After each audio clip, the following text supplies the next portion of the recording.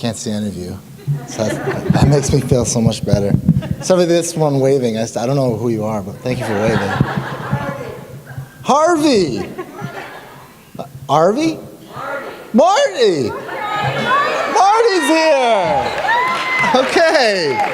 Marty was in the last show. It was awesome. He did this pretty much the same thing that he's doing right now, but he was on the stage. So, thank you, Marty. Thank you for breaking everything for me. I have a clipboard. I want you to imagine that I'm a patient, a mental patient. I know that's tough to do, but imagine I'm a mental patient, and I'm at a doctor's office, and I just took this from the doctor, okay? So that's what this poem's about.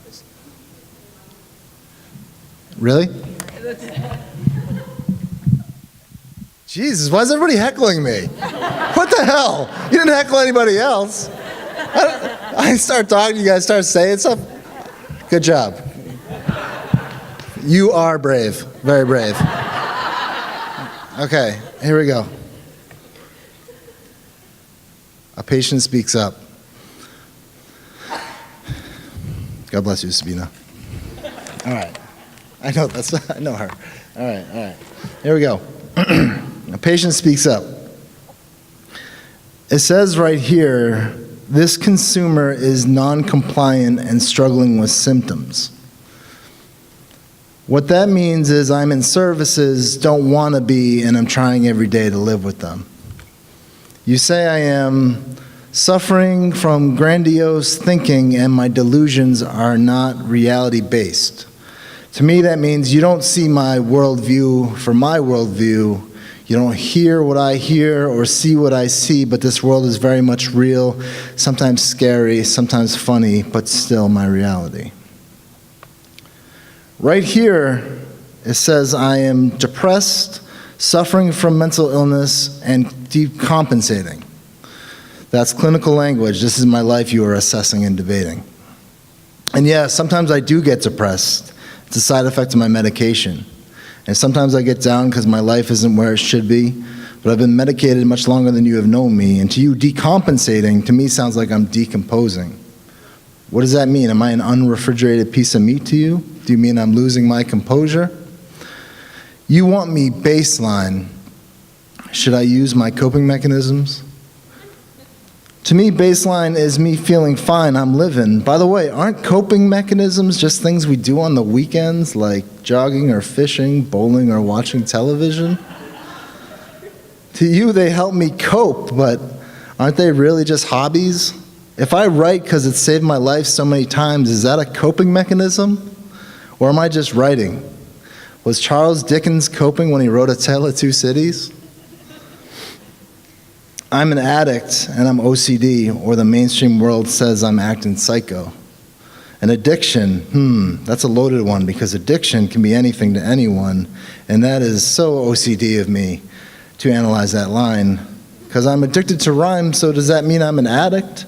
Never mind, let's go on to the next line. And free thought running train off the tracks. Does that make me psycho? I don't think so, but who knows? The word gets thrown around. It's considered a normal part of our everyday lingo, especially when someone doesn't seem all right. But to understand, we have to go back in time, though. Because I was brought up to feel different because of what society says. And to top it off, I have to take meds because I'm depressed. No, I'm not depressed. I just can't get out of my head. What's your solution? Thanks, doc. Take another med. And I'm not disabled. Don't ever think that I am. I'm not my disability. I'm definitely not struggling with it. I have a manic life, ups and downs, hear things, see things, get down sometime, but still stay persistent, even if I have to take meds to do it. To me, having something like bipolar means I have empathy and big ideas and all that. To me, it's my life. And for the record, I'm not an assessment. I'm not your caseload. I'm not med management. I'm not using coping mechanisms. I'm not grandiose. I'm living this life. I'm on my own road. And I once had a slip up and got labeled with a diagnosis. For me, it was a lack of focus, was labeled ADD, and I moved around the room too much, then I was considered ADHD. Diagnosed from some quack PhD in a private practice in his upstairs home office. Took one look at me and labeled ADHD. Now look at me. In 1 hour, I've been labeled and given a prescription. Ritalin. Okay, this is something different. Soon I'm taking it every day and how the prescription was written. And now look at me. I'm dependent on medication. And now look at me. That trouble concentrating is now labeled decompensating because I'm not agreeing with the medication. And now this misdiagnosing has me ultra focused and I need something else for sleep. So give me one more medication, because if I sleep too much and I'm groggy in the morning, wake me up with my medication and use something else for sedation later. Good one, doctor. Did you say ha-ha? All right. Still getting heckled in this stupid poem. Christ. All right, here we go. There's a long winding road ahead, mostly waiting patiently for meds in the waiting room waiting. Daily packing medications, weekly med checks, side effects and pills for the side effects. So now I got side effects and a pill for that. And they say if I take this med, I'm going to get fat. And if I miss this med, I'm going to get sad. And if I'm sad, then I'm decompensating even more. Now look what I have. I have a box full of meds. My medicine cabinet is stocked. I have to take them every day, and one has given me shocks. So what was once trouble concentrating in math class is now a relapse. So look at what modern medicine doctor did. Make sure you record my non-compliance. So not really.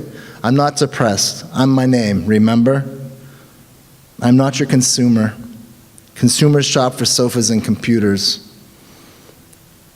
And this mounting frustration is not non-compliance. It might be defiance to not being reliant on being your client.